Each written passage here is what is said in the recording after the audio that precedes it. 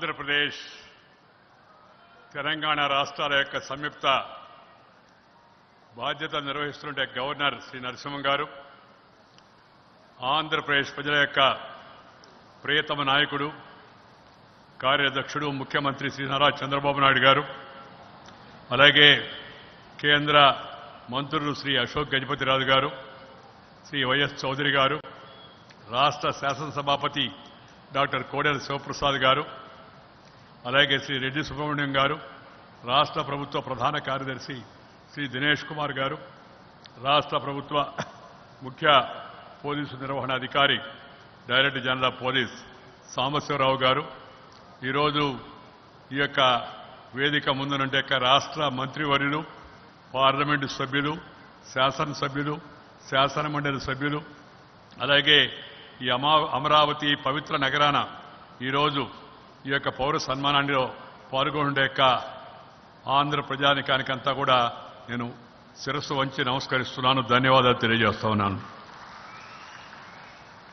ఒక పక్కేమో మిమ్మల్ని అందరినీ చూస్తూ ఉంటే చాలా సంతోషంగా ఉంది, ఇంకో పక్క ఒకంత విచారం కూడా ఉంది. ఎందుకంటే ఇలా తరచుగా కలుసుకోవడం, మాట్లాడుకోవడం, మనసు విప్పి మీ ముందు మాట్లాడే అవకాశం రాబోయే రోజుల్లో చాలా అరుదైపోతుంది. పైపించి అదంతా కూడా ఒక ప్రోటోకాలు, ఒక నియమం, ఒక నిబంధన, ఒక పద్ధతి, దానికి పరిమితిలో ఉంటుందనే విషయం మనందరికి కూడా తెలిసింది. అయితే ఈరోజు నాకు చాలా సంతోషం ఏంటంటే, నేను కేంద్రంలో రాజ్యాంగ ఈ ఉన్నతమైన పదవిని అధిరోహించిన తర్వాత మొట్టమొదటిసారిగా సొంత రాష్ట్రానికి, నేను పుట్టినంటే జన్మభూమికి వచ్చిన సందర్భంగా ఆంధ్రప్రదేశ్ ప్రజానీకం, ముఖ్యంగా యువతరం గన్నవరం నుంచి ప్రకాశం బ్యారేజీ వరకు అందించిన స్వాగతం నా జన్మలో అపూర్వం అని చెప్పని మీ అందరికి కూడా మనం చేస్తా ఉన్నాను.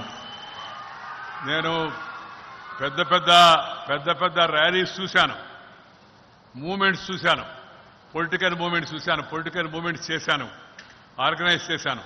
కానీ ఇవాళ యువతులు, విద్యార్థులు, అధ్యాపకులు, సామాన్య ప్రజానికం ఇవాళ ఆంధ్రప్రదేశ్ ముఖ్యమంత్రి యొక్క ఆధ్వర్యాన అందించిన స్వాగతం అవుతుందో అపూర్వము. నేను జీవితం అంతా కూడా దాన్ని గుర్తుపెట్టుకుంటానని చెప్పని ఈ సందర్భంగా మీ అందరికీ మనం చేస్తున్నాను. ఈ తెలుగు నేలపై పుట్టి, ఈ తెలుగు గడ్డపై పారాడి, విద్యార్థి ఉద్యమ సారథిగా ఇదే విజయవాడలో ఉద్యమాలకు ఊపిరి పోసి అనేక ఉద్యమాలు కావించి నేను అంచెలంచెలుగా ఎదిగి ఆ తర్వాత హస్తినాపురికి చేరుకున్నాను. ఆ పాత రోజులు, ఆ విద్యార్థి ఉద్యమ సందర్భంగా చేపట్టినట్టు చర్యలు, ఆ రోజు అనుభవించినట్టు మధుర క్షణాలు ఇవాళ నాకు గుర్తొస్తూ ఉన్నాయి. ఇప్పుడే గవర్నర్ గారు నరసింహన్ గారు చెబుతూ ఉన్నారు, ఆ రోజు విద్యార్థి దశలో జయాంధ్ర ఉద్యమం సందర్భంగా విజయవాడ కేంద్రంగా మేమందరం నిర్వహించినట్టు విద్యార్థి ఉద్యమం అవుతుందో కేంద్ర ప్రభుత్వాన్ని వాస్తవంగా చెప్పాలంటే కదిపివేసింది. వాస్తవంగా నాకు అనిపిస్తూ ఉంది, 1972లో వాస్తవంగా ఆంధ్రప్రదేశ్ 2 రాష్ట్రాలుగా విభజించబడి ఉంటే ఆంధ్రప్రదేశ్ ఇవాళ అభివృద్ధి పదంలో ఎక్కడో ఉండేది, తెలంగాణ కూడా బాగుపడి ఉండేది. కానీ అది చరిత్ర, దాని గురించి ఇప్పుడు మాడుకొని మనం ఉపయోగం లేదు. నేను ముఖ్యంగా మీ అందరికీ కూడా మనం చేసేదండి మిత్రులారా, ఈరోజు రాష్ట్ర ప్రభుత్వం నాకు అందించడానికి పౌర సన్మానానికి గవర్నర్ గారికి, ముఖ్యమంత్రి గారికి, అలాగే ప్రధాన కార్యదర్శి గారికి, డీజీపీకి, అధికారులకు, అనధికారులందరికీ నేను హృదయపూర్వకంగా ధన్యవాదాలు తెలియజేస్తా ఉన్నాను. ఈ సన్మానాలు కర్తవ్యాన్ని గుర్తు చేస్తాయి. Felicitation is to give inspiration to others and also give motivation to the person whom we are felicitating అని చెప్పని మన పెద్దలు చెప్తూ ఉంటారు. నా బాధ్యతను నాకు గుర్తు చేసేందుకు ఇవాళ ఒక తెలుగువాడిగా హస్తినాపురిలో కేంద్రంలో అత్యున్నతమైన ఈ ఉపరాష్ట్ర పదవిని చేపట్టిన సందర్భంగా నా బాధ్యతను గుర్తు చేస్తూ మీ సంతోషాన్ని పంచుకుంటూ ఈ సన్మానాన్ని ఏర్పాటు చేశారు. నేను మీ అందరికీ ఒకే మాట ఇస్తున్నాను, నేను ఈ ఉపరాష్ట్రపతిగా నాకు అప్పగించిన బాధ్యత పార్టీలకు అతీతంగా అన్ని పార్లమెంటు సభ్యులందరూ కూడా నన్ను ఎన్నుకునే తీరు, ఆ తర్వాత ప్రజానీకం స్పందించిన తీరు, ఉపరాష్ట్రపతి ఎన్నికైన తర్వాత దాన్ని నేను గుర్తుపెట్టుకుంటాను. మీ ఆశలకు, ఆకాంక్షలకు అనుగుణంగా ఉపరాష్ట్ర పదవికి ఔన్నత్యం తెచ్చేందుకు, ఆ ఉపరాష్ట్రపతి బాధ్యతను చక్కగా నిజాయితీతో నిస్వార్థంగా నిర్వర్తించేందుకు, ఉన్నత ప్రమాణాలు తెచ్చేందుకు దాని యొక్క స్థాయిని పెంచేందుకు గట్టిగా ప్రయత్నం చేస్తానని ఈ సందర్భంగా మీ అందరికీ మనం చేస్తున్నాను. నేను జీవితంలో నేర్చుకుంది ఒకటే, చిన్నప్పటి నుంచి 72లో జయాంధ్ర ఉద్యమం 40 ఏళ్ళు అయింది. వాస్తవంగా చెప్పాలంటే 70 ఏళ్ళు నేను పార్లమెంటుకి పోటీ చేశాను. 70 ఏళ్ళు పార్లమెంటుకి పోటీ చేసి 45 ఏళ్ళు అయింది జయాంధ్ర ఉద్యమం. 40 ఏళ్ళు అయింది రాజకీయాల్లో నేను ప్రవేశించి. నేడు వాళ్ళ నేను రాజకీయాల్లో లేను. I'm retired but not tired. నేను చిన్నప్పటి నుంచి ఏదైనా అనుకుంటే పట్టుదలతో దానికోసం పనిచేసేవాడిని. మనసు వంచి శరీరాన్ని కూడా అన్ని విధాల దాంతో కష్టపడేట్టుగా చేసి అవసరమైన సమయం కన్నా ఎక్కువ సమయాన్ని కేటాయించి శ్రమించి నేను ఈ స్థాయికి వచ్చాను. నేను చేపట్టిన ప్రతి బాధ్యత కూడా న్యాయం చేశానని చెప్పని నేను భావిస్తున్నా. విద్యార్థి ఉద్యమం నెల్లూరులో ప్రారంభించి విజయవాడలో దాన్ని పై స్థాయికి తీసుకెళ్లి విశాఖపట్నంలో విద్యార్థి సంఘ అధ్యక్షుడిగా ఉన్నప్పుడు కానీ, లేదా విద్యార్థి పరిషత్తులో పనిచేసినప్పుడు కానీ, రాజకీయంలోకి వచ్చినప్పుడు కానీ, శాసనసభ్యుడిగా ఉన్నప్పుడు కానీ, పార్లమెంటు సభ్యుడిగా ఎన్నికైనప్పుడు కానీ, పార్టీ ప్రధాన కార్యదర్శిగా ఉన్నప్పుడు కానీ, పార్టీ అఖిల భారత అధ్యక్షుడిగా ఉన్నప్పుడు కానీ ఒళ్ళు వంచి పనిచేయడం, చిత్తశుద్ధితో అంకిత భావంతో పనిచేయడం, ప్రతి పనిని ఇది నా సొంత పని అనే భావంతో చేయడం నాకు అలవాటైపోయింది. అందుకని ఇప్పుడు కూడా now also I can assure the people of the country as well as my own Telugu brother and sisters that I will try to uphold the dignity and decorum of this august responsibility that has given to me as the Vice President of India and also as the Chairman of the Rajya Sabha. Rajya Sabha Chairman ga Parliament lo ఎగువ సభగా పేర్కొన్నట్టు రాజ్యసభ యొక్క చర్చల స్థాయిని పెంచేందుకు ప్రయత్నం చేస్తానని, కొత్త ప్రమాణాలు నెలకొల్పేందుకు సభ్యుల యొక్క సహకారం తీసుకొని రాజ్యసభకు తిరిగి మళ్ళా పునర్వైభవం తీసుకొచ్చి రాజ్యసభను పెద్దల సభగా, వాస్తవమైన పెద్దల సభగా, ఆలోచన చేసే సభగా, ఆలోచింపజేసే సభగా, అవసరమైనప్పుడు ఆపినా ఆ తర్వాత మళ్ళా దాన్ని వేగంగా ముందుకు తీసుకెళ్లి పనిని పూర్తి చేసే సభగా చేసే ప్రయత్నం చేస్తానని చెప్పని ఈ సందర్భంగా మీ అందరికీ కూడా మనం చేస్తా ఉన్నాను. ప్రజాస్వామ్య వ్యవస్థలో, పార్లమెంటరీ ప్రజాస్వామ్యంలో చట్టసభలకు ఎంతో ప్రాధాన్యత ఉంది.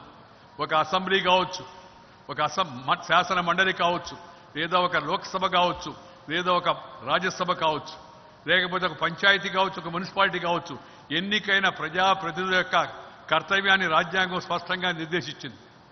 ప్రజాస్వామ్యంలో మన పూర్వీకులు అనేక మంది పెద్దలు తాము ఆచరించి మనకు చూపించారు, ఔన్నత్యాన్ని చాటి చెప్పారు. అలాంటి ఔన్నత్యాన్ని తిరిగి మళ్ళా తీసుకురావడం కోసం అందరూ కూడా ప్రయత్నం చేయాల్సి ఉంది. చట్టసభలు చర్చలకు వేదిక కావాలి, ఘర్షణలకు వేదిక కాకూడదు. చట్టసభలు అయితే ఉన్నాయో అర్థవంతమైన చర్చలు జరగాలి, అర్థవంతమైన చట్టాలు తీసుకురావాలా, అర్థవంతమైన విధంగా దేశాన్ని అభివృద్ధి పదంలో ముందుకు నెట్టాల. అభివృద్ధిని అడ్డుకునేవి కాదు, అభివృద్ధిని ప్రోత్సహించేవి, అభివృద్ధిని పెంచేవి అనే యొక్క ఆలోచన ప్రజల్లో కలిగే విధంగా చట్టసభలో వ్యవహరించాల్సిన అవసరం ఉందని మీ అందరికీ మనం చేస్తున్నాను. ఇటీవల కాలంలో పంచాయతీల్లో కానీ, మున్సిపాలిటీల్లో కానీ, శాసనసభల్లో కానీ, పార్లమెంట్లో కానీ జరుగుతున్న తీరు పట్ల కొంత ప్రజలు ఆందోళనలో ఉన్నారు. ఆశలకు, ఆకాంక్షలకు అనుగుణంగా మన పెద్దలు మన ముందు పెట్టే లక్ష్యానికి అనుగుణంగా అవి పనిచేయడం లేదనే భావన, కొరత ప్రజల్లో ఉంది. There is an amount of despondency among the people. There is an amount of depression among the people because people are getting slowly disillusioned by certain acts of certain people, irrespective of whatever party they may belong to. ఏ పార్టీకి చెందిన వాళ్ళైనా ఇలాగ ప్రజాప్రతినిధుల యొక్క వ్యవహారం పట్ల ప్రజలు ఇవాళ అసంతృప్తిగా ఉన్నారు, ఆవేదనతో ఉన్నారు. ఇది ప్రజాస్వామ్యానికి మంచిది కాదు. ప్రజాస్వామ్య వ్యవస్థలో చట్టసభలు సరిగా పనిచేయకపోతే, తమకు నిర్దేశించిన కార్యక్రమాన్ని సరిగా ముందుకు తీసుకెళ్లకపోతే ప్రజాస్వామ్యం బలహీనమవుతుంది, విఫలమయ్యే ప్రమాదం కూడా ఉంది. ప్రజాస్వామ్య వ్యవస్థలో ballot is more powerful than bullet అని మనం చెప్పుకుంటాం. ప్రజాస్వామ్య వ్యవస్థలో చర్చ అర్థవంతమైన అభివృద్ధిని ముందుకు తీసుకెళ్తుంది. Obstruction destruction is no solution. What is required is construction and constructive debate జరగాల్సి ఉంది. పార్లమెంట్లో విమర్శించుకోవచ్చు, తప్పు లేదు. కానీ విమర్శలు హుందాగా ఉండాలా, విమర్శలు సాంప్రదాయబద్ధంగా ఉండాలా, విమర్శలు సునిశ్చితంగా ఉండాలి. ఇందాక చంద్రబాబు నాయుడు గారు చెప్తున్నాను, నేను అసెంబ్లీలో ఉన్నాను. కాంగ్రెస్ పార్టీ చాలా బలంగా ఉండింది, మేము కొద్దిమంది ఉన్నాం అసెంబ్లీలో. అయినప్పటికీ కూడా కాంగ్రెస్ ప్రభుత్వాన్ని ఆ రోజుల్లో మేము ఎదుర్కొన్న తీరు అవుతుందో అది నాకు ఇప్పటికి కూడా గుర్తుంది. ఏ సందర్భంలో కూడా అప్రమత్తంగా ప్రభుత్వాన్ని ఉండేట్టుగా చూడడం, ఎప్పుడు ఏ పని చేసినప్పటికీ కూడా అసెంబ్లీ జరుగుతుంది, రేపు మళ్ళా అసెంబ్లీలో అడుగుతారు, మనల్ని నిలదీస్తారు, సంఖ్యాబలం లేకపోయినా మన సంగతి బయటకు చెప్తారు, ప్రజల్లో చులకన అవుతాము అనే భావం శాసనసభ కలిగించే పరిస్థితి వచ్చింది. అలాంటి పరిస్థితి మనకు కావాల్సిన అవసరంతో ఉంది. ఎందుకంటే మనం ఒకరికొకరం శత్రువులం కాదు. We are not enemies, we are political rivals. ఒకరికొకరం ప్రత్యర్థులమే కానీ శత్రువులం కాదు.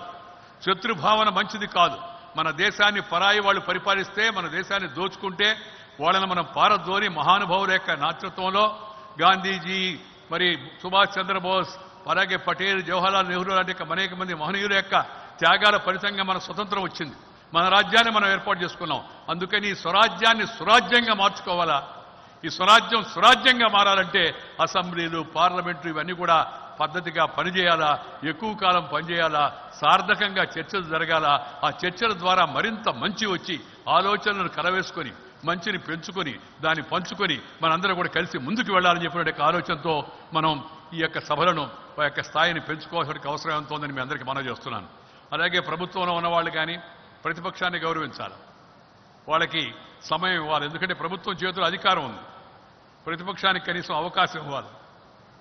అలాగే ప్రతిపక్షం కూడా ఇచ్చిన అవకాశాన్ని సద్వినియోగపరుచుకొని ప్రభుత్వం పైన సద్విమర్శలు చేయాలి. అంతేగాని స్థాయికి తగని విమర్శలు చేసి వ్యక్తిగత దోషాలు చేసి ఆ పదవి యొక్క ఔన్నత్యాన్ని మనం పోగొట్టుకోకూడదని చెప్పి నేను మనం చేస్తా ఉన్నా. అందుకని వ్యక్తిగత ద్వేషాలకు రాజకీయాల్లో అవకాశం లేదు. స్పర్ధకు అవకాశం ఉంది, పోటీకి అవకాశం ఉంది, కాంపిటీషన్కి అవకాశం ఉంది. నేను ఎప్పుడు చెప్తూ ఉంటాను, as a government let government party propose, as an opposition let the opposition oppose, but the house should dispose. అంటే first debate, discuss and decide, not disrupt అనేది మనకు మంత్రం కావాల్సిన అవసరం ఉంది. ప్రణబ్ ముఖర్జీ గారు చెప్పారు.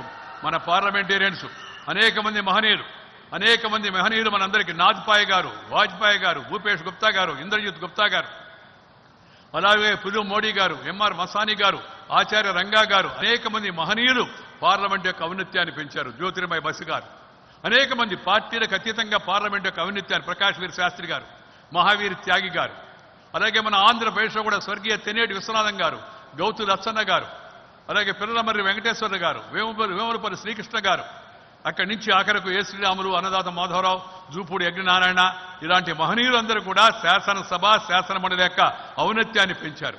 దాన్ని మనం ఈ సందర్భంగా గుర్తుపెట్టుకోవాల్సిన అవసరం ఉంది. ఆ విధంగా శాసనసభలు మంచిగా పనిచేసి అభివృద్ధి పదంలో ముందుకెళ్లే ప్రయత్నం చేయాలని నేను కోరుకుంటున్నాను. రెండో విషయం నేను చెప్పదలుచుకుందంటే, నేను ఇంతకుముందు గ్రామీణాభివృద్ధి మంత్రిగా పనిచేశాను, ఇప్పుడు పట్టణాభివృద్ధి మంత్రిగా పనిచేసి పదవి విరమణ చేశాను. ఈ రెండు సందర్భాల్లో కూడా నాకు సంతృప్తికరమైన రెండు అంశాలు, నాకెంతో ఇష్టమైన రెండు అంశాలు ఏదైతుందో, ఒకటి ప్రతి పల్లెకు పక్కా రోడ్డు కావాలా, రోడ్డు లేకపోతే గ్రామానికి అభివృద్ధి ఉండదు అనేది నా యొక్క భావం. ఎందుకంటే నేను పల్లెటూరులో పుట్టాను, పల్లెటూరులో పెరిగాను. ఈ రవాణా లేకపోతే, అనుసంధానం లేకపోతే పల్లెటూరుకి ఎవరు రారు. నేను ఎంత చెప్పినా పార్లమెంట్లో ఒకసారి కేబినెట్లో ముందు మిత్రులు కొందరికి అర్థం కాల, జాతీయ రహదారులు అంటే టోల్ గేట్ ఉంటుంది, పల్లెటూరుకు రోడ్డు వేస్తే డబ్బులు వెనక్కి వస్తాయి. ఆయన పల్లెటూరుకు రోడ్డు లేకపోతే అభివృద్ధి చెందయ్యా. మహాత్మా గాంధీ గారు చెప్పారు, గ్రామ రాజ్యము లేని రామరాజ్యం అపూర్ణం, అది అసంపూర్ణం అని చెప్పాడు ఆయన. గ్రామ రాజ్యకే బినా రామరాజ్య అధూరా హై. గ్రామ రాజ్యము లేని రామరాజ్యం అసంపూర్ణము. Ramarajya is incomplete without Gramarajya. This is what Mahatma Gandhi has said. But unfortunately మనం ఏం చేశామంటే, మహాత్మా గాంధీ గారు చెప్పారు గ్రామాలకు మరలండి అని. మన గ్రామాలకు వీపు చూపించి పట్టణాలు వైపు వెళ్ళడం మొదలుపెట్టాం. గ్రామాలు నిర్లక్ష్యం చేయబడ్డాయి, అభివృద్ధికి నోచుకోవాలి. అందుకని గ్రామాలకు రోడ్డు చాలా అవసరం నాకు చిన్నప్పటి నుంచి అనిపించేది. ఎందుకంటే నేను చిన్నప్పుడు 3 కిలోమీటర్ల మొదట, 6 కిలోమీటర్ల తర్వాత నడిచి ఆ గుంటల రోడ్డులో, ఆ బురదల్లో, ముళ్ళులో, కంపల్లో నడుచుకొని వెళ్ళి చదువుకోవడానికి పోయాను. అది గుర్తుపెట్టుకొని నేను వాజ్పేయి గారు జాతీయ రహదారులు ఏర్పాటు చేస్తున్నప్పుడు నేను గట్టిగా చెప్పాను, మనం గ్రామీణ రహదారులు కూడా ఏర్పాటు చేయాలని. ఎక్కువ మంది సమర్థించలా, ఎందుకంటే డబ్బులు వెనక్కి రావు కదా, అంటే టోల్ గేట్ ఉంటుందని. నేను అప్పుడు అర్థమయ్యేది చెప్పన్నాడు ప్రధానమంత్రి గారు, మిగతా వాళ్ళకి అర్థమయ్యేట్టుగా చెప్పబోయా అని అన్నాడు. నేను నా ఆవేదన చూసి నేను చెప్పాను, గ్రామానికి రోడ్డు లేకపోతే అభివృద్ధి ఉండదు, గ్రామానికి రోడ్డు లేకపోతే వీడిఓ, BDO, DDO, ADO, collector, doctor, actor, tractor ఏది కూడా గ్రామానికి రాదా అని చెప్పి అప్పుడు వాళ్ళకి బోధపడింది. ప్రధానమంత్రి పక్కా రోడ్డు, ప్రధానమంత్రి సడక్ యోజన పేరుతో దేశం అంతా ఇవాళ లక్షలాది గ్రామాలకు ఆ రోడ్డు వేసే కార్యక్రమంలో దానికి శ్రీకారం చుట్టే భాగ్యం నాకు లభించింది. జన్మ ధన్యమైందని చెప్పి నేను భావిస్తా ఉన్నాను. రెండవది ముఖ్యమైనది ఏంటంటే, ప్రజలకు కావాల్సింది ఇళ్ళు. ప్రతి ఒక్కరికి కూడా కూడు గుడ్డ నీడ ఈ ఏవైతే ఉన్నాయో అవసరం. రోటీ కపడా और మకాన్ అని చెప్పని దాన్ని భారతదేశంలో ఈ ఆర్థిక అసమానతలు ఉన్న తరుణంలో ప్రతి ఒక్కరికి కూడా ఇల్లు కావాలా, ఎప్పటికి ఇల్లు వస్తుంది అనే ప్రతి ఒక్కరు భావించేవాళ్ళం. మీరందరూ కూడా భావించుంటారు, నేను కూడా భావించాను సొంత ఇల్లు అవసరమని. నా అదృష్టం మన నరేంద్ర మోడీ గారు ప్రధానమంత్రి అయిన తర్వాత పట్టణాభివృద్ధి శాఖ మంత్రిగా వచ్చి ప్రధానమంత్రి ఆవాస్ యోజన, ప్రధానమంత్రి గృహ నిర్మాణ శాఖను నాకు అప్పగించడం, ఆ శాఖ ద్వారా దేశంలో ఇవాళ లక్షలాది ఇళ్లు ఏర్పాటు చేసే కార్యక్రమానికి శ్రీకారం చుట్టే అదృష్టం కూడా నాకు లభించడం చాలా సంతోషంగా ఉందని మీ అందరికీ కూడా మనం చేస్తా ఉన్నాం. పల్లెటూరు నుంచి జనం అంతా పట్టణాలకు వెళ్తూ ఉన్నారు. పట్టణాల్లో ఇళ్ళు లేదు, మురికి వాడలు అవుతున్నాయి, రోడ్డు పైన నివసిస్తున్నారు, రోడ్లు ఆక్రమించుకుంటున్నారు, ఇబ్బంది పడుతున్నాం మనం. కానీ మనం వాళ్ళ యొక్క ఇళ్ల నిర్మాణం కోసం ప్రయత్నం కావాల్సినంతగా చేయలేదు, అసలు చేయలేదని నేను చెప్పను. అందుకే ప్రధానమంత్రి గారు పట్టుబట్టి ఆయన ప్రధానమంత్రి సడక్ యోజన పెట్టాడు. ఇవాళ నాకు సంతోషం ఏంటంటే ఈ అమరావతికి వచ్చి కేవలం పౌర సన్మానమే కాకుండా వచ్చినప్పుడు ఒక సార్థకమైన కార్యక్రమం చేపడితే బాగుంటుందనంటే ముఖ్యమంత్రి గారు నేను కేంద్ర పట్టణాభివృద్ధి మంత్రిగా ఉన్నప్పుడు ఏవైతే మంజూరు చేశానో ఆ ప్రధానమంత్రి ఆవాస్ యోజన ఆంధ్రప్రదేశ్కి చరిత్రలో బహుశా చరిత్రలో ఇంతకుముందు ఎక్కడ జరగలేదు, జరిగే అవకాశం కూడా లేదు. 5,35,000 ఇళ్లు 5,35,000 houses have been sanctioned to Andhra Pradesh alone. దేశానికి మొత్తం 26 లక్షలు వస్తే ఆంధ్రప్రదేశ్కి 5,35,000 ఇళ్లు వచ్చాయి మనకి.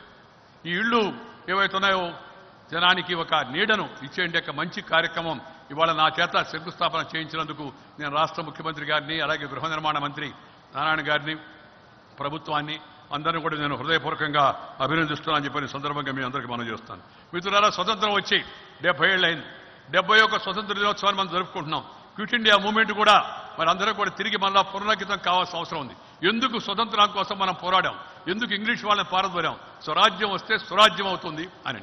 ఆ పరిస్థితి ఇంకా మనకి అనుకున్న దగ్గరలో కాకుండా ఇంకా దూరంగా ఉంది. కొన్ని విషయాలు ముఖ్యంగా స్వరాజ్యం వచ్చింది, అభివృద్ధి చెందింది, దేశం ముందుకు వెళ్ళిన అనుమానం లేదు. ఇవాళ చంద్రయానం ప్రపంచంలో భారతదేశం పేరుగాంచింది. పిఎస్ఎల్వి మనం చూస్తూ ఉన్నాం, ప్రపంచంలో పేరుగాంచింది. మన దేశం ఆహార సమృద్ధిని సంపాదించింది. Food security is there now, food production ఉంది. ఇవాళ ఇంపోర్ట్ చేయాల్సిన అవసరం లేకుండా ఎక్స్పోర్ట్ చేసే పరిస్థితులు మనం ఇవాళ దేశాన్ని ముందుకు తీసుకెళ్ళాం. కానీ ఇవాళ ఇంకా దేశంలో ఆకలి, అవిద్య, అవినీతి, అరాచకం, అసమానతలు ఏవైతే ఉన్నాయో వీటిని పూర్తిగా రూపుమాపగలిగినప్పుడే మనకి నిజంగా దేశం అభివృద్ధి చెందని చెప్పుకునే అవకాశం కూడా ఉంది. 130% మందికి చదువు రాదు, 25% మందికి పైగా దారిద్ర్య రేఖ కింద ఉన్నారు. అలాగే అవినీతి పెచ్చు పెరిగిపోయింది. కేంద్ర స్థాయిలో ప్రధానమంత్రి నీతివంతంగా ఉన్నంత మాత్రాన, ముఖ్యమంత్రి నీతివంతంగా ఉన్నంత మాత్రాన, మంత్రి నీతివంతంగా మాత్రాన సరిపోదు. కింద స్థాయి వరకు అట్టడుగున్న జనానికి చెయ్యి కలపాల్సిన అవసరం లేకుండా, చెయ్యి తడపాల్సిన అవసరం లేకుండా ఎప్పుడైతే వాడికి కావాల్సిన సౌకర్యం లభిస్తుందో అప్పుడే అవినీతి లేదని చెప్పి మనం అనుకోవడానికి అవసరం ఎంతో ఉంది. అలాగే అరాచకం, నిన్న చూసాం మనం, అరాచకం జరిగింది పంజాబ్, హర్యానాల్లో. మతం పేరుతో, కులం పేరుతో, భాష పేరుతో జనంలో రెచ్చగొట్టి ఉన్మాదాన్ని చేపట్టి హింసను ప్రేరేపించడం అవుతుంది. ఏమాత్రం కూడా ప్రజాస్వామ్యాల అంగీకారం కాదు. కానీ దురదృష్టవశాత్తు కొంతమంది దానికి మతమో, కులమో, ప్రాంతమో, భాష ముసుగు కల్పిస్తూ ఉన్నారు. దీనిలో నుంచి కూడా మనం బయటకు రావాల్సిన అవసరం ఎంత ఉంది. అలాగే అసమానతలు, ఆర్థిక అసమానతలు పెరిగాయి. అభివృద్ధి చెందిన దేశం తప్పనిసరిగా పెద్ద పెద్ద కార్లు వచ్చాయి, బెంజ్ కార్లు వచ్చాయి, LMWలు వస్తున్నాయి, మనకి పెద్ద పెద్ద భవనాలు వస్తున్నాయి, 5 స్టార్ హోటళ్లు వస్తున్నాయి, 7 స్టార్ హోటళ్లు వస్తున్నాయి, పెద్ద పెద్ద సంస్థలు వస్తూ ఉన్నాయి. దానితో పాటు ఇంకా గ్రామాల్లో కనీస వసతులు లేకుండా, పట్టణాల్లో కనీస వసతులు లేకుండా పేదరికంతో అలమాడుతున్న ప్రజానికాన్ని గురించి మనం ఆలోచించాలా. మహాత్మా గాంధీ గారు చెప్పినట్టుగా, బాబాసాహెబ్ అంబేద్కర్ చెప్పినట్టుగా, దీన్ దయాళ్ ఉపాధ్యాయ చెప్పినట్టుగా Antyodaya, uplifting the poorest of the poor, ఆఖరి పంక్తిలో కూర్చున్న వాడు ఎవరైతున్నారో వాడి యొక్క ఉత్థానం మన యొక్క లక్ష్యం కావాలా. స్వామి వివేకానంద చెప్పినట్టుగా ఈ దేశంలో ఆఖరి కుక్క కూడా ఆఖరి లేకుండా సంతోషంగా నవ్వుతూ తోకాడిస్తూ ఉంటే చూడాలని ఉంది నాకని వివేకానంద స్వామి చెప్పాడు. అలాంటి ఆర్థిక అసమానతలు తగ్గించాలి. ఆర్థిక అసమానత తగ్గించాలంటే పైన కట్టినవాడి బిల్డింగ్ పడగొట్టి కిందకు తీసుకురావడం కాదు, కింద ఉన్నవాడిని పైకి తీసుకురావాలి. అందుకోసమే ఇవాళ మనం అందరం కూడా ఆలోచించాల్సిన అవసరం ఉంది. ప్రభుత్వాలన్నీ కూడా ఏ పార్టీ అని కాదు, ఢిల్లీలో ఉన్న ప్రభుత్వం కానీ, ఆంధ్రప్రదేశ్లో ఉన్న ప్రభుత్వం కానీ, ఇంకో రాష్ట్రంలో ప్రభుత్వం కానీ అందరూ కూడా కలిసి అందరి యొక్క priority, top most priority taking care of the suppressed people, depressed people, oppressed people, సామాన్య జనం యొక్క సంక్షేమాన్ని ప్రధానంగా పెట్టుకోవాల్సిన అవసరం ఎంతో ఉంది. గ్రామ సీమను ఉద్ధరించాల్సిన అవసరం ఉంది. అవినీతిని, ఆకలిని, అవిద్యను, అరాచకాన్ని, అసమానతలను తొలగించే దిశలో ప్రభుత్వాలు, రాజకీయ పార్టీలు తమ కార్యకలాపాలను, ప్రణాళికను రూపొందించుకోవాలా. తాత్కాలిక జనాకర్షణ విధానాలు కాకుండా శాశ్వతంగా జీవితంలో సొంత కాళ్ళపై నిలబడే విధంగా, స్వయం ఉపాధిని పొందే విధంగా, ఆత్మ గౌరవంతో ప్రతి ఒక్కరు జీవించే విధంగా నేను భారతీయ పౌరుణ్ణి అని ప్రతి ఒక్కరూ గర్వంగా చెప్పుకోవాల్సిన అవసరం ఎంతో ఉంది. అది రావాలంటే ఈ అసమానతలు పోవాలా.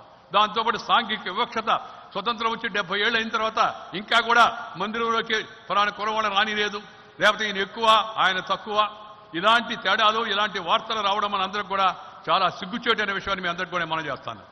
I'm trying to speak from bottom of my heart. It is a shame to anyone if in India, free India, great India, a cultural India, ఆదికాలం నుంచి, వేదకాలం నుంచి, పుణ్యకాలం నుంచి, పురాణకాలం నుంచి పూర్వీకులు అనుభవించి, రంగరించి, మేళవించి మనకు అందించిన వారసత్వం అవుతుందో, ఆ గ్రేట్ హెరిటేజ్ అవుతుందో ఆ వారసత్వాన్ని మనం కాపాడాలని. ఋషులు నేలయాడిన భూమి ఇది. మన దేశంలో, ఈ దేశం అందరి యొక్క అలవాటు ఏంటంటే చీమకు చక్కెర పెడతాం, చీమ కుడుతుంది అయినా చక్కెర పెడతాం, పావుకు పాలు పోస్తాం, పావు కాటేస్తుంది అయినా పావుకు పాలు పోసి నాగేశ్వరరావు దండం పెడతాం, చెట్టుకు బొట్టు పెడతాం, దండం పెట్టుకుంటాం, పశువుకు కూడా మనం పశువుల పండుగ రోజు పండుగ చేస్తాం, ఉత్సవం చేస్తాం. అలాంటి మంచి సంస్కృతి కలిగిన భారతదేశంలో ఇలాంటి సంఘటనలు కులం పేరుతో ఏమన్నా వెదివేయడం, కులం పేరుతో మందిరంలోకి రానికుండా చేయడం, లేదా మతం పేరుతో వివక్షత చూపించడం, లేకపోతే పెద్ద చిన్న అనే గౌరవం ఉండాలి తప్పితే ఆర్థిక తేడాగాలు మరి ఎక్కువగా ఉండవుతుంది మంచిది కాదు. అందుకని this is the challenge before us. దేశం ముందుకు వెళ్తూ ఉంది. ప్రపంచం ఇవాళ ఆర్థికంగా మందగమనంతో ఉంది. చైనా కూడా మన పక్కనున్న పొరుగు దేశం శక్తివంతమైన కొద్దిగా నెగటివ్ గ్రోత్లో ఉంది. కానీ భారతదేశానికి మనందరి యొక్క అదృష్టం ఏదైతుందో ఇవాళ అభివృద్ధి పదంలో దేశం ముందుకు వెళుతోంది. మనం కూడా అభివృద్ధి పదంలో ఆలోచించి ప్రభుత్వంతో పాటు మనం కూడా చేతులు కలిపి, అందరూ కూడా ఏ ప్రభుత్వం అన్నా కానీ ప్రభుత్వంతో మిగతా వాళ్ళు కూడా చేతులు కలిపి అభివృద్ధిని వేగంగా ముందుకు తీసుకెళ్లే ప్రయత్నం చేయాలా. అభివృద్ధి నిరోధకులుగా ఎవరు కూడా మారకూడదని చెప్పని ఈ సందర్భంగా నేను మీకు మనవి చేస్తా ఉన్నాను. అందుకని మిత్రులారా, నేను ఇవాళ ముఖ్యంగా చెప్పదలుచుకున్నది ఏంటంటే, ఇవాళ ఆంధ్రప్రదేశ్కి విభజన సందర్భంగా అన్యాయం జరిగిన మాట వాస్తవం. నా మనసులో ఒక డైలమా ఉండింది ఆ రోజు. ఏంటంటే, నేను ఆంధ్రప్రదేశ్ ఎంపీ కాదు అయినా పర్వాలేదు, ఆంధ్రప్రదేశ్ నాయకుడిని కాదు అయినా పర్వాలేదు, కానీ దేశంలో ఒక అధికార పార్టీకి అధ్యక్షుడిగా పనిచేశాను. నేను అధ్యక్షుడిగా పనిచేసిన వ్యక్తి ఒక రాష్ట్రం, ఆ రాష్ట్రంలో ఒక ప్రాంతం పట్ల వాదించడం ఎంతవరకు సబబనే సంశయం నా మనసులో ఉండింది. 3 రోజుల పాటు నేను ఆలోచించిన తర్వాత నిద్రపట్టక ఇంత అన్యాయం జరుగుతూ ఉంటే, ఒక ప్రాంతాన్ని పట్ల వివక్ష చూస్తూ ఊరుకోకూడదని నిర్ణయించుకొని నేను పార్లమెంట్లో గట్టిగా మాట్లాడాను, పోట్లాడాను. ఆంధ్రప్రదేశ్కు తగిన న్యాయం చేసేందుకు నా వంతు ప్రయత్నం చేశానని కూడా మీ అందరికీ కూడా మనం చేస్తున్నాను. ఎందుకంటే ఈ రాష్ట్రం విభజించబడింది. విభజించబడిన రాష్ట్రం అన్నదమ్ములకి అందరికీ కూడా న్యాయం చేసే విధానం జరగాల్సి ఉంది. అది జరగల. అందుకే ఆ రోజు పోరాటం కానీ, రాజ్యసభలో మాట్లాడడం కానీ, ఆ తర్వాత కూడా శ్రద్ధ తీసుకొని మంత్రులతో సంప్రదించి వచ్చినట్టుగా అవకాశాలను ఉపయోగించుకోవాలి. పోలవరం కావచ్చు, లేదా ప్రాజెక్టులు కావచ్చు, ఐఐటీలు కావచ్చు, ట్రిపుల్ ఐటీలు కావచ్చు, ఐఎస్ఆర్లు కావచ్చు, లేదా ఇండియన్ ఇన్స్టిట్యూట్ ఆఫ్ మేనేజ్మెంట్ కావచ్చు, ఐఏఎంలు కావచ్చు, లేకపోతే all India institute of medical science కావచ్చు, లేకపోతే సిపెట్ కావచ్చు, లేకపోతే ఓషనోగ్రఫీ అండ్ టెక్నాలజీ కావచ్చు, లేకపోతే డిఫెన్స్ యూనిట్లు కావచ్చు.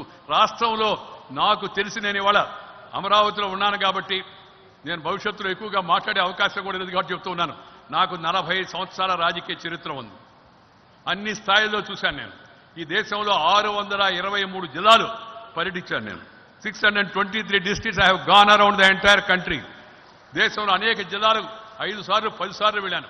అనేక పార్టీలు చూశాను, అనేక ప్రభుత్వాలను చూశాను. నాకు తెలిసి ఇంత తక్కువ టైంలో ఇంత ఎక్కువగా ఆంధ్రప్రదేశ్ జరిగిన సహాయం చరిత్రలో ఎప్పుడు కూడా ఏ రాష్ట్రానికి జరగలేదని మీ అందరూ కూడా మనం చేస్తున్నాం. అయితే it is due for the state. ఇది ప్రజల హక్కు. ఇది ప్రజలకు రావాల్సిన న్యాయంగా రావాల్సిన ఓటా. దాన్ని త్వరితగతిన వచ్చేందుకు గట్టిగా నేను ప్రయత్నం చేశాను. అప్పుడప్పుడు కొంత దానిపైన విమర్శలు కూడా వచ్చాయి. ఈయన వెంకయ్యనాయుడు గారు ఆంధ్రప్రదేశ్కే మంత్రి, దేశానికి మంత్రి అని. కానీ ఆంధ్రప్రదేశ్ దేశంలో కూడా ఉంది. అది అందరూ గుర్తుపెట్టుకోవాల్సిన అవసరం ఎంతో ఉంది. నువ్వు దేశ నాయకుడు అంటే ఆంధ్రప్రదేశ్ కూడా. అది అన్యాయం జరిగింది కాబట్టి అన్యాయాన్ని సరిదిద్దే ప్రయత్నం చేయాలి. మా క్యాబినెట్ బయట కొంత చర్చ జరిగేది. అప్పుడప్పుడు నాయుడు గారు చాలా తొందరగా అన్ని స్పీడ్ తీసుకెళ్తున్నాడు. ఆ మధ్య ప్రధానమంత్రి గారు కూడా రోజు వ్యాఖ్య చేశారు. ఏమనంటే ఆంధ్రప్రదేశ్కి ఇబ్బంది ఏముంది, వెంకయ్యనాయుడు గారు ఉన్నారు, కానీ గుజరాత్కి ఎవరున్నారని చెప్పి ఆయన సరదాగా నవ్వుతూ మాట్లాడాడు. ఆయన ప్రధానమంత్రి గారు ఒక రాష్ట్రానికి ప్రాతినిధ్యం వహించినాడు కదా. సో అంటే అయినప్పటికీ కూడా నాకు తెలుసు, ఎందుకంటే ఒక రాష్ట్రం పట్లే ఎక్కువగా చదువుపించడం, ఎక్కువగా మాట్లాడడం, ఒక రాష్ట్రంతో పూర్తిగా మమైక్యం కావడంతో జాతీయ స్థాయిగా ఉండే నాయకుడికి, దట్టు ఒక జాతీయ పార్టీకి అధ్యక్షుడిగా ఉన్న నాయకుడికి మంచిది కాదు. నేను నా మంచి గురించి కాదు నేను ఆలోచించింది, ప్రజలకు మంచి జరగాల, తెలుగు ప్రజలకు జరిగిన అన్యాయాన్ని సరిదిద్దాలనే ఉద్దేశంతో నేను ఆ రోజు ఆ నిర్ణయం తీసుకోవడం జరిగింది. మీ అందరికీ మనం చేస్తున్నాం. మిత్రులారా, నేను కష్టపడి మామూలు నేపథ్యం నుంచి పైకి వచ్చాను.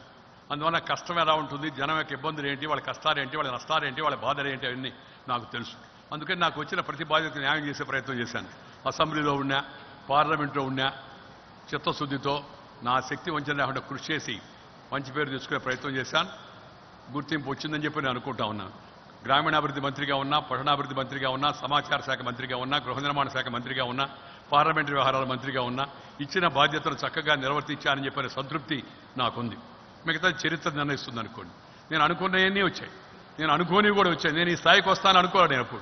నేను ఎప్పుడు ఈ స్థాయికి వస్తాను అనుకోవాలి. ఎందుకంటే నేను సామాన్య రైతు బిడ్డను, నాకు రాజకీయ నేపథ్యం లేదు, వెనక టైటిల్ లేదు, టైటిల్ వారసత్వం లేదు. కానీ జవసత్వం వలన, ప్రజల యొక్క అభిమానం వలన ఇక్కడ దాకా వచ్చాను. అందువల్ల నాకు కోరికలు ఏమి లేవు. కానీ ఆఖరిలో ఒక కోరిక, ఇవన్నీ వచ్చిన తర్వాత కోరిక వచ్చింది నాకు. ఏంటంటే అసెంబ్లీలో ఉన్నప్పుడు ఎమ్మెల్యేలందరికీ ఇళ్ల స్థలాలు ఇచ్చారు. ఎమ్మెల్యేలకు ఇళ్ల స్థలం ఇవ్వకూడదని వాదించి నేను ఇళ్ల స్థలం తీసుకోవాలా. ఎంపీగా ఉన్నప్పుడు ఎంపీలందరికీ ఇళ్ల స్థలం ఇచ్చారు కర్ణాటకలో. ఎంపీలకు ఇళ్ల స్థలం ఎందుకు, వాళ్ళు ఊర్లో ఉండాలి కానీ బెంగళూరు ఎందుకని వాదించి ఇళ్ల స్థలం తీసుకోవాలి. నేను మొన్న మంత్రిగా రాజీనామా ఇచ్చాను జూలై 18న. ఆగస్టు 18న మా ఆవిడికి చెప్పాను, ఆగస్టు 18 మధ్యాహ్నం 12 గంటకి మనం ఉండే ఇళ్లు ఖాళీ చేసి కొత్త ఇంటికి వెళ్ళాలని. మా ఆవిడ చెప్పింది ఆ ఇల్లు రెడీ కాలేదని. లేకపోయినా సరే మనం విచారణ సర్దుకుని అక్కడికి పోదాం, మనం ఉండి తొందరగా చేస్తారని చెప్పని 18వ తారీఖు మధ్యాహ్నం అక్కడికి వెళ్ళిపోయాను. ఇల్లు రెడీ కాల, వారం రోజుల పాటు అవుట్ హౌస్లో ఉన్నాం. నిన్న దాన్ని మారాం, దాన్ని చిన్న చిన్న రిపేర్లు ఉంటే, ఎందుకంటే 10 ఏళ్ల పాటు ఒకరు ఉన్నారు కాబట్టి దానికి కాస్త రంగులు అవి వేయాలని చెప్పి వాళ్ళు ఆలోచిస్తే ఎక్కడికక్కడ. అలాగే ప్రభుత్వం ఇచ్చిన కారుకి నేను ఎప్పుడు ఎర్ర లైట్ పెట్టుకోలేదు. ఆ తర్వాత క్యాబినెట్ నిర్ణయించింది ఎర్ర లైట్ పెట్టుకోకూడదని, కానీ నేను మొదటి రోజు నుంచి పెట్టుకోవడం. ఎయిర్పోర్ట్కి వెళ్తే వీలైనంత వరకు వీఐపీ లాంజ్లో కాకుండా మామూలు లాంజ్లో కూర్చొని జనాన్ని కలవచ్చని. నాకు ఒకటే బలహీనత, జనం జనం జనం జనం కలుస్తుంటే జనమే మనము. ఆ జనంతో ఉంటే అదే మహా సంతోషం, అదే ఆక్సిజన్, అదే ఆక్సిజన్, అదే జీవన్ టోన్, అదే రాగి మాల్టు, లేకపోతే అదే ఓల్టీన్ అని చెప్పి అనుకుంటున్నాడు. జనంతో కలిస్తే ఆ ఉత్సాహం చెప్పనలేదు. కానీ అది పార్టీ కూడా సిద్ధాంతాన్ని నమ్ముకున్నాం కాబట్టి. ఇప్పుడు నేను పార్టీలో లేను కాబట్టి పార్టీ విషయాలు మాట్లాడను. నాకు ఒక ఆలోచన వచ్చింది, ఏంటంటే ఇన్ని అవకాశాలు వచ్చాయి, ఏదో కొంత మంచి పేరు తెచ్చుకునే ప్రయత్నం చేశాం. మంచి పేరు వచ్చిందా లేదా చరిత్ర నిర్ణయిస్తుంది. కానీ ఆఖరిలో ఒక్క కోరిక ఉండిపోయింది. అది ఆ కోరిక ప్రధానమంత్రి గారు కూడా చెప్పాను నేను. దానికి ఇంకా టైం ఉంది కదా అన్నాడు ఆయన. ఏంటంటే ఇప్పుడు 68, నాకు 70వ సంవత్సరం వచ్చే నాటికి కేంద్రంలో మళ్ళా మోడీ గారి ప్రభుత్వం వస్తే, అంటే 2019కి, ఆ తర్వాత ప్రభుత్వం నుంచి వైదొలిగి పార్లమెంటుకు రాజీనామా ఇచ్చి రాజకీయాల నుంచి విరమించుకొని వెళ్ళి సమాజ సేవలో పాల్గొవాలా, నానాజీ దేశ్ముఖ్ గారు చూపించిన మార్గంలో పోవాలని నేను అనుకున్నాను. ఆ కోరిక నెరవేరకుండానే ఇవాళ ఉపరాష్ట్రపతి అయిపోయే అవకాశం వచ్చింది. ఎందుకంటే 70 years is a good age. నేను మిగతా వాళ్ళకి చెప్పడంలే, 70 ఏళ్ళు అయితే మీరు రిటైర్ కానీ ఎవరికి చెప్పడం. నేను ఒక లక్ష్యం పెట్టుకోండి మనసులో. ప్రధానమంత్రి గారికి 2 సార్లు చెప్పాను. ఇవాళ అమరావతి కాబట్టి, నేను తెలుగు గడ్డలో పుట్టాను కాబట్టి మీ ముందు చెప్తున్నాను. ప్రధానమంత్రి 2 సార్లు చెప్పాను, I'm saying it on record. ఏమని, నేను 2019లో మళ్ళా ఎన్నికల్లో మీరు గెలిచి వస్తే దేశానికి అవసరం ఇంకోసారి రావడం, తర్వాత నేను మంత్రిగా ఉన్నాను. నా పార్లమెంటు ఎంపీ 2022 దాకా ఉంది, thanks to that Rajasthan people ఉంది. అయినా 20కే జనవరి 12న రాజీనామా ఇచ్చి సంక్రాంతి వెళ్ళి ఊరిలో పల్లెటూరులో జరుపుకోవాలని మా ఆవిడకి ముందే చెప్పాను. మా ఆవిడని కూడా మానసికంగా తయారు కమ్మాను. ఆమె ఈ మధ్య ఒక పత్రిక వాళ్ళు ఇంటర్వ్యూ అడిగితే ఆమె ఎప్పుడు ఇంటర్వ్యూ అవుతుంది, ఎప్పుడు మీరు చూసి ఉండరు. నేను ఆ మధ్య సరదాగా అన్న ఒక చలోక్తి కారణంగా ఆమె పేరంతా దేశం అంతా ఇప్పుడు బాగా ప్రచారం అయిపోయింది. ఎందుకంటే రాష్ట్రపతి ఉపరాష్ట్రపతి అని పత్రికలు రాస్తూ ఉంటే నేను రాష్ట్రపతిగాను ఉపరాష్ట్రపతిగాను ఉషాపతిగానే ఉంటాను, అదే నాకు సంతోషం అని చెప్పాను. మా ఆవిడ పేరు ఉషమ్మ. ఆమెకి ఎవరో పేపర్ వాళ్ళు అడిగితే చెప్పేసింది ఆమె, ఏమని, నాయుడు గారు ముందు చెప్పారంటమ్మా మీకు ఉపరాష్ట్రపతి అవుతాడని, మీతో చర్చించాడంటే నాకేం చెప్పలేదు. ఏం చెప్పాడంటే, ఏం లేదు ఉషమ్మ, 2019 అయిపోయిన తర్వాత 20 జనవరిన రెడీగా ఉండు, సామాను సర్దుకొని మన ఊరికి వెళ్ళిపోవాలి, మనం అక్కడికి వెళ్ళి సమాజ సేవ చేయాలని చెప్పాడని చెప్పి అది నా కోరిక మిగిలిపోయింది. ఇప్పుడు ఆ కోరిక తీరే అవకాశం లేదు. ఎందుకంటే ఇప్పుడు నేను రాజకీయంలో లేను, రాజ్యాంగబద్ధమైన బాధ్యతలో ఉన్నాను. అయినప్పటికీ కూడా విధి లిఖితం అంతా మన చేతిలో ఉండదు. మన ప్రయత్నం మనం పైనుండేవాడు రాస్తాడు. అలాగే పార్టీ, నేనున్న పార్టీ, అలాగే ఆ పార్టీని సమర్థించే ఎన్డీఏ, అదే ఆ ఎన్డీఏ కాకుండా బయట పార్టీలు కూడా చాలా పార్టీలు నాకు మద్దతు ఇచ్చాయి. వాళ్ళు ఇచ్చినట్టు మద్దతుని ఇవాళ వాళ్ళు నా పైన ఉంచిన విశ్వాసాన్ని పూర్తి చేయాల్సిన అవసరం ఉంది. అందువల్ల తప్పనిసరిగా ఈ బాధ్యతను కూడా అందరికీ ఉపయోగకరంగా ఉండే విధంగా దాన్ని ఉపయోగిస్తానని చెప్పి సందర్భంగా మీ అందరికీ మనవి చేస్తూ, ఈరోజు ముఖ్యంగా నేను చంద్రబాబు నాయుడు గారిని ఒకటి కోరుతున్నాను. నేను ఎంతవరకు వీలైతే అంతవరకు తెలుగు వాళ్ళకి సహాయం చేద్దానికి ప్రయత్నం చేశాను. ఇక్కడ వాళ్ళకి, అక్కడ వాళ్ళకి, అలాగే దేశానికి కూడా చేస్తాను కూడా. రాబోయే రోజుల్లో ఉపరాష్ట్రపతిగా ఉన్నా తెలుగు వాళ్ళను, తెలుగు నేలను మర్చిపోను. నేను చేయగలిగిన పని తప్పనిసరిగా ఆంధ్రప్రదేశ్ కూడా చేస్తాను. మాట్లాడుతూ ఉంటాను, సలహా సంప్రదింపుల్లో పాల్గొంటూ ఉంటాను. రాజకీయం చేయను, కానీ అభివృద్ధిని మాత్రం తప్పనిసరిగా చేసే ప్రయత్నం చేస్తానని మీ అందరికీ మనం చేస్తున్నాను. నేను ఈరోజు చంద్రబాబు నాయుడు గారిని కోరేది ఒకటే, నేను మన చంద్రశేఖరరావు కోరా. ఏమనంటే తెలుగు రాష్ట్రాల ముఖ్యమంత్రులు ఇద్దరు తరచుగా కలుసుకుంటూ ఉండండి, మాట్లాడుకుంటూ ఉండండి. పోట్లాడుకోవద్దు, మాట్లాడుకోండి, మనసు విప్పి మాట్లాడుకోండి, సమస్యలకు పరిష్కారం చూడండి. సమస్యలు ఎప్పుడూ ఉంటాయి, అన్నదమ్ముల మధ్య సమస్యలు ఉండవా? ఇంట్లో మన నాయన మన అమ్మ వాళ్ళ మధ్య తేడాలు ఉండవు, ఉంటాయి. కానీ కూర్చొని మాట్లాడుకొని చర్చించుకొని పరిష్కరించుకుంటాం, కానీ వీధికి ఎక్కం కదా. అలాగే రెండు రాష్ట్రాలు కూడా ముఖ్యమంత్రులు తరచుగా కలుసుకొని మనసు విప్పి మాట్లాడుకొని ఇచ్చిపుచ్చుకునే ధోరణి తీసుకొని తెలుగు రాష్ట్రాల వాళ్ళు తొందరగా అభివృద్ధి పదంలో ముందుకు వెళ్ళారు అని తెలుగు వారికి గౌరవం వచ్చే విధంగా ఇద్దరు వ్యవహరించాలని చెప్పని నేను కోరుతున్నాను. నేను చంద్రబాబు నాయుడు గారికి వ్యక్తిగతంగా ఇంతకుముందు చెప్పాను, ఆయన సంసిద్ధత వ్యక్తపరిచారు. చంద్రశేఖరరావు గారు కూడా చెప్పాను, మళ్ళీ ఇవాళ బహిరంగంగా కూడా చెప్తున్నాను. రెండవది, తెలుగుని పరిపాలనా భాషగా చేయండి, తెలుగులోనే మాట్లాడాలా. తెలుగుదేశం పుట్టి, తెలుగుదేశం అంటే తెలుగుదేశం పార్టీ కాదు, తెలుగుదేశం పుట్టి తెలుగు రాదంచు సకిరించు ఆంధ్రుడా చావెందుకు రా అన్నాడు ఒక ఆయన, ఆ మధ్య ఒక కవి. మనం ఇక్కడ పుట్టాం, తెలుగు మన మాతృ గర్భం నుంచి వచ్చింది. కన్న తల్లిని, జన్మభూమిని, మాతృభాషను, మాతృదేశాన్ని మర్చిపోయిన వాడు మానవుడే కాదు. అందుకని మన అందరం కూడా తప్పనిసరిగా తెలుగులోనే మాట్లాడాలి. ఇంట్లో ఈ మమ్మీ, డాడీ, బీడీ, జాడీ, కేడీ ఇవన్నీ వదిలేసి మన భాషలో మనం మాడుకోవాలి, ప్రేమగా, ఆదరంగా, అభిమానంగా. రెండవది, మన భాష కనుమరుగవుతూ ఉంది. కారణం ఏంటంటే దానికి ఉద్యోగాన్ని భాషతో, ఇంగ్లీష్తో లింకప్ చేశారు.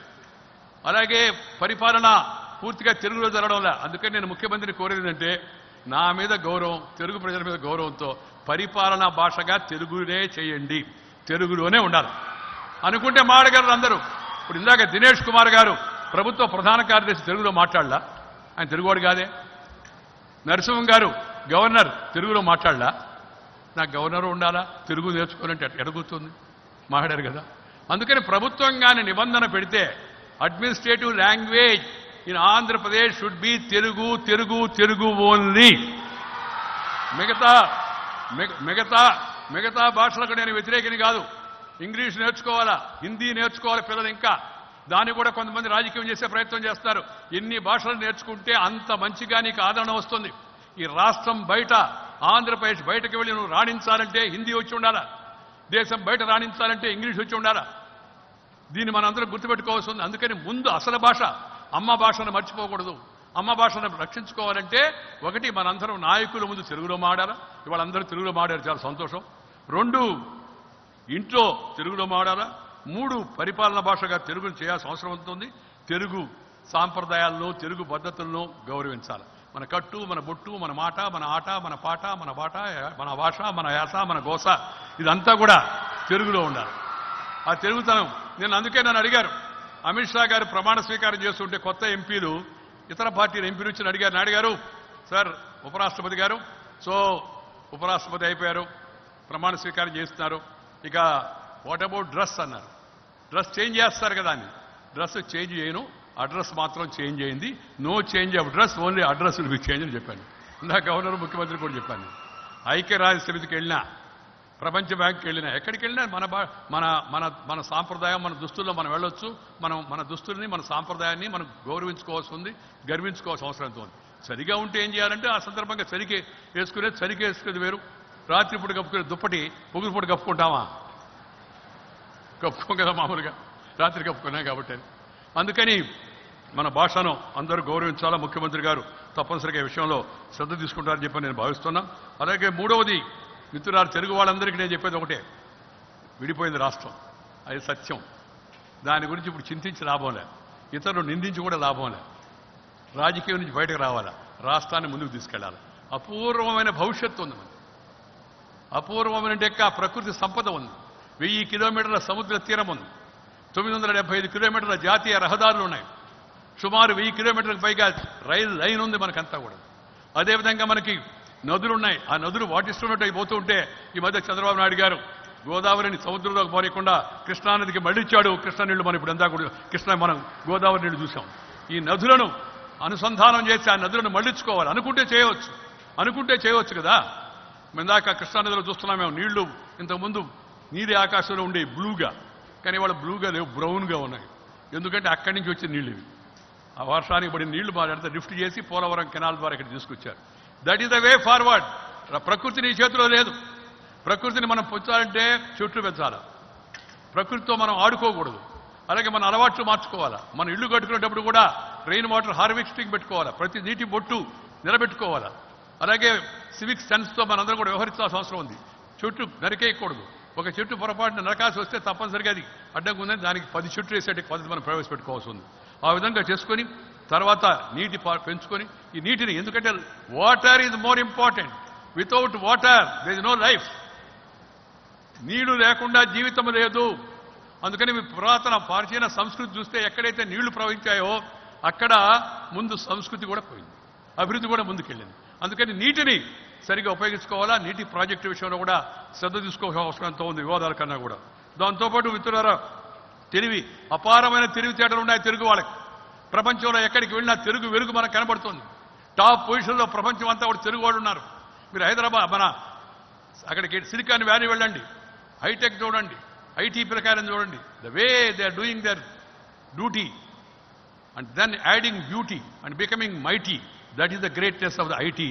అండ్ ఆడు చూస్తే ఆ పిల్లలను కానీ చూస్తే సగం మంది ఇండియా వాళ్ళు కనబడతారు. ఆ సగం మందిలో సగం మంది తెలుగు వాళ్ళే ఉంటారు, ఈ ప్రాంతానికి చెందిన వాళ్ళే ఉంటారు. అంత తెలివి ఉంది మనకి. ఉదాహరణ నేను చెప్పండి, నాదేళ్ల సత్య కావచ్చు, లేదా సుందర పిచాయ్ కావచ్చు, లేకపోతే ఇందిరా న్యూయి కావచ్చు, లేకపోతే సద్మూర్తి పూర్ణ కావచ్చు, ఇంకా అనేక మంది ప్రపంచంలో తెలుగు వాళ్ళు, భారతీయులు విజయ పతాకాన్ని ఎగరేస్తారు. అందుకని ఇక్కడ తెలివికి కొరత లేదు. ఈ దేశంలో ఎక్కడ కాంట్రాక్ట్కి పోయినా, ఎక్కడెక్కడ ప్రాజెక్టు పెట్టినా, ఎక్కడ హోటళ్ళు పెట్టినా తెలుగు వాళ్ళు ఉంటారు, దాంట్లో ఆంధ్ర వాళ్ళు ఉంటారు. అంత తెలివి ఉంది. అలాగే ఎంటర్‌ప్రెన్యూర్‌షిప్ ఉంది. ఈ ఎంటర్‌ప్రెన్యూర్‌షిప్ని కానీ సరిగా కానీ ప్రోత్సహిస్తే తెలుగు వాళ్ళు మరింత శక్తివంతంగా తయారవుతారు. నాకు నమ్మకం ఉంది. కేంద్రం రాష్ట్రం కలిసి పనిచేస్తే మనం తప్పనిసరిగా ఆంధ్రప్రదేశ్ని వేగంగా త్వరలోనే అభివృద్ధి చేసుకోవచ్చు. వచ్చిన పథకాలు, కేంద్రం ఇచ్చిన పథకాలు, మంజూరు చేసిన నిధులు, మంజూరు చేసిన ప్రాజెక్టులు అవన్నీ కానీ పూర్తి చేయగలిగితే త్వరలోనే రాష్ట్రం యొక్క ముఖ చిత్రమే మారిపోతుందని చెప్పని ఈ సందర్భంగా మీ అందరికీ మనవి చేస్తున్నా. ఇవాళ 5 లక్షల ఇళ్లకు టెండర్లు పిలిచి వాటి టైం కూడా ఫిక్స్ చేశారు, మోడల్ కూడా చూపించారు. నాకు చాలా సంతోషం. అదేవిధంగా ప్రతి ఒక్కదాన్ని కూడా మానిటర్ చేసి ప్రతి ఒక్కదాన్ని ఇంప్లిమెంటేషన్ ఎంతో delivery is more important. Planning is okay, vision is okay, but implementation also is equal important.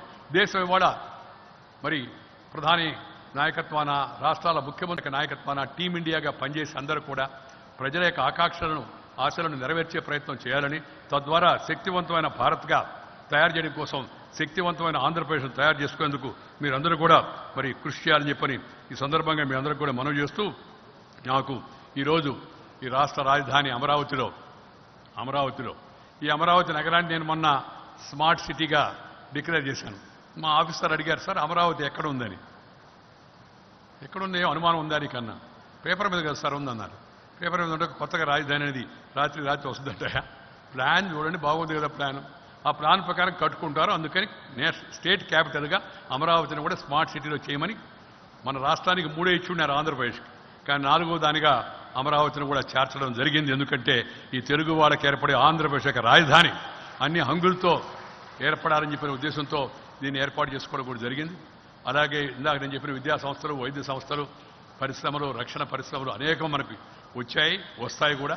వాటన్నిటిని అమలు చేసేందుకు రాష్ట్ర ప్రభుత్వం మీరందరూ కూడా ప్రభుత్వంతో సహకరించి అందరూ కూడా కలిసికట్టుగా ముందుకు వెళ్లాలని చెప్పని మీ అందరికీ కూడా మనవి చేస్తూ, నన్ను ఈరోజు ఈ అమరావతి రాజధాని నగరానికి ఆహ్వానించి ముఖ్యమంత్రి గారు, గవర్నర్ గారు, ప్రభుత్వ యంత్రాంగం అంతా కూడా అధికారపూర్వకంగా నాకు ఈ అభినందన పౌర సన్మానం ఏర్పాటు చేసినందుకు వారికి హృదయపూర్వకంగా ధన్యవాదాలు తెలుపుకుంటూ, మీరందరూ కూడా ఇచ్చిన స్వాగతాన్ని నేను ఇందాకే చెప్పాను.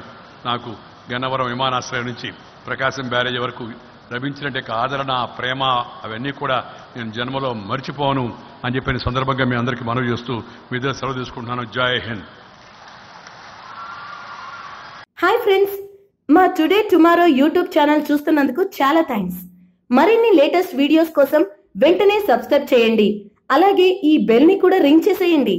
మా నోటిఫికేషన్స్ అన్ని మీ మొబైల్లో వస్తాయి. అలాగే మా వీడియోస్ మీకు నచ్చితే లైక్ చేయండి, షేర్ చేయండి, నచ్చకపోతే కామెంట్ చేయండి.